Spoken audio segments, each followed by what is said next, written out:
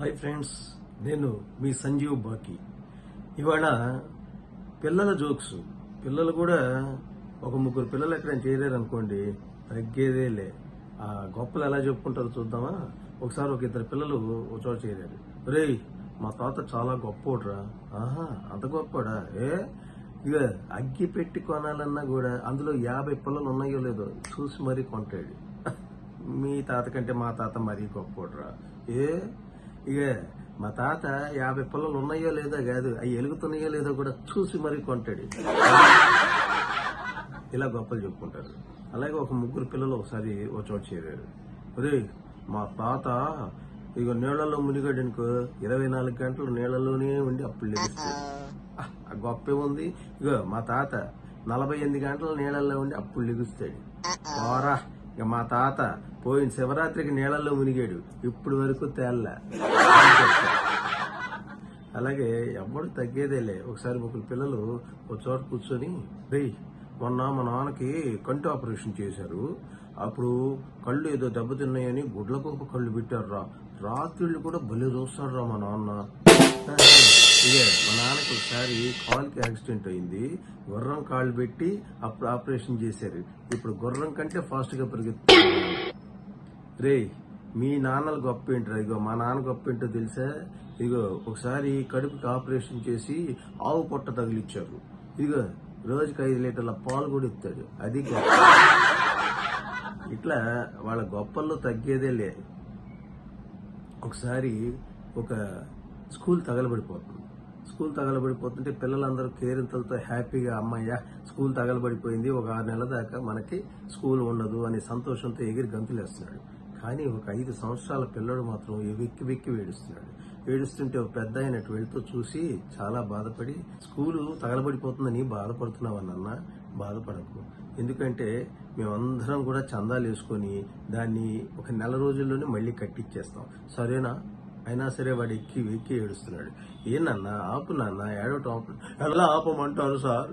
అక్కడేమో స్కూల్ తగలబడిపోతుంది, టీచర్లు అందరూ బయట నిలబడ్డారు, అందుకే వీడు మరీ అసాధ్యుడు. ఇలా ఉంటే ఒకసారి ఒక ఫ్రెండ్ ఇంటికి వెళ్తే పిల్లోడు ఏదో 1 2 3 రాసుకుంటుంటే, బాబు నీకు చిన్న టాస్క్ ఇస్తాను, 10 మధ్యలో 0 పెడితే ఏమవుతుంది? 10 మధ్యలో 0 పెడితే 100 అవుతుంది అంకుల్. కాదు, 10 మధ్యలో 0 పెడితే పంది అవుతుంది. భలే చెప్పారు అంకుల్, మీరు యువర్ గ్రేట్ అంకుల్. తర్వాత 4 రోజుల తర్వాత మళ్ళీ వాళ్ళ ఇంటికి వెళ్ళాడు. బాబు, మీ నాన్న ఉంటే ఒకసారి పిలువు అన్నాడు. అనగానే లోపల నుంచి వాళ్ళమ్మ, ఎవర్రా అని అరిచింది. అదేనమ్మా, ఆ పంది అంకుల్ నాన్న కోసం వచ్చారు. పంది అంకుల్ అయిపోయాడు. ఇలా ఉంటే ఒక్కోసారి పిల్లలతో మనం ముద్దుగా మాట్లాడి చక్కగా వాళ్ళ లెవెల్కి వెళ్ళిపోతుంటాం. అలాగే ఒక పెద్ద ఆయన వచ్చి, ఏందన్నా ఏంటి చేస్తున్నావు? ఆడుకుంటున్నావా? సర్లే గాని లోపల మీ నాన్నగాళ్ళు ఉంటారు, పిలువమ్మా అన్నాడు ముద్దుగా. అనగానే లోపల నుంచి వాళ్ళమ్మ, ఎవర్రా వచ్చింది? మళ్ళీ గట్టిగా అరిచింది. అయితే అదేనమ్మా, నాన్న కోసం నత్తెంకులు వచ్చాడు, నాన్న కావాలి. అది సంగతి. ఈ పిల్లలు పిడుగులు అనమాట. వాళ్ళ దగ్గర చాలా జాగ్రత్తగా ఉండాలి. ఒకసారి ఓ పిల్లాడు పక్క పిల్లడితో చెప్తారు, మా తాత వట్టి పిరుకోడురే. ఏంటి మీ తాత పిరికోడా? అదే ఎప్పుడైనా మేము రోడ్డు దాటాలనుకో నా చెయ్యి గట్టిగా పట్టుకుని నెడుతాడు, అంత పిరికోడు. అది వాడి ఒక మనవడు తాత దగ్గరికి వచ్చి, తాత ఈ చాక్లెట్ తిని తాత. ఏరా పర్వాలేదు లేరా, నువ్వు తినరా? లేదు తాత, నువ్వే కొనుక్కొని తిని తాత. ఆహా, నేనంటే నీకెంత అభిమానం రా, నువ్వురా నిజమైన మనవుడివి అంటూ సగం తిని, మరే చాలా బాగుందిరా, ఇంకొంచెం కొనుక్కుంటానే. కుక్క అక్కడ వరకే నాకింది, మిగతా నేను తినేస్తా. నెయ్యి గురించి పాఠం చెబుతూ, నెయ్యి ఎండలో పెడితే ద్రవ పదార్థం అవుతుంది, అదే నీడలో పెడితే ఘన పదార్థం అవుతుంది, గట్టిపడిపోతుంది అని చెబుతూ ఉంటే ఒక పిల్లాడు నిద్రపోతుంటే లేపి వాడిని, ఒరే బంటు, ఏంట్రా క్లాస్కి వచ్చి నిద్రపోతున్నావు? చెప్పు, నెయ్యిని ఎండలో పెడితే ఏమవుతుంది? నెయ్యిని ఎండలో పెడితే కుక్క నాకుద్ది సార్. వాడు చెప్పు, రే ఎందుకురా ఏడుస్తున్నావు?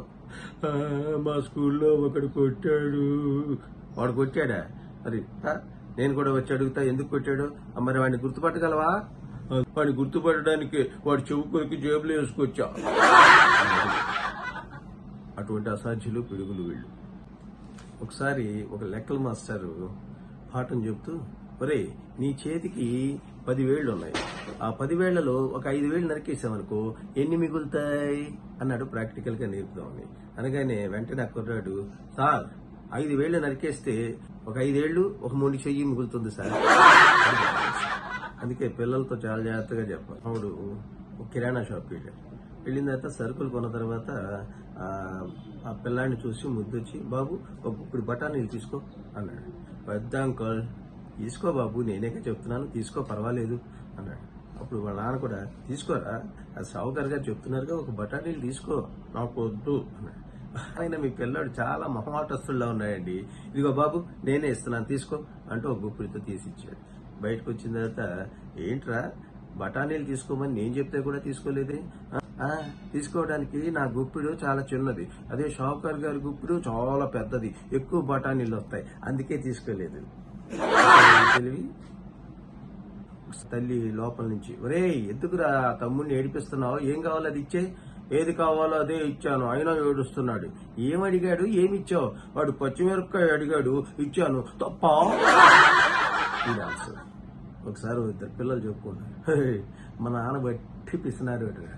ఏ మొన్న మా తమ్ముడు రూపాయి బిళ్ళ మింగాడురా, ఆఫ్టర్ ఆల్ రూపాయి కోసం ఆపరేషన్ చేయించి ఆ రూపాయిని బయటికి తీయించాడురా మా నాన్న.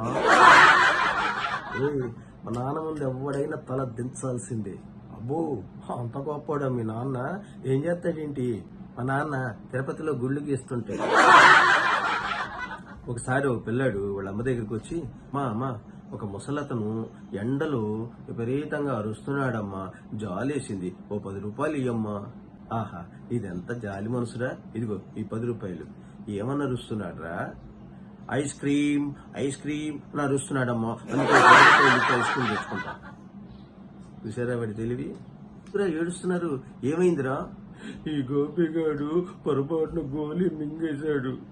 వాడు గోలీ మింగేస్తే నువ్వెందుకురా ఏడుస్తున్నావు? వాడు మింగిన గోలీ నాదే టీచర్, ఏడుస్తున్నావు. ఒకసారి ఒక లెక్కల మాస్టర్ పిల్లని అడుగుతాడు, ఒరేయ్ 8ని సగం చేస్తే ఎంత అవుతుందిరా అన్నాడు.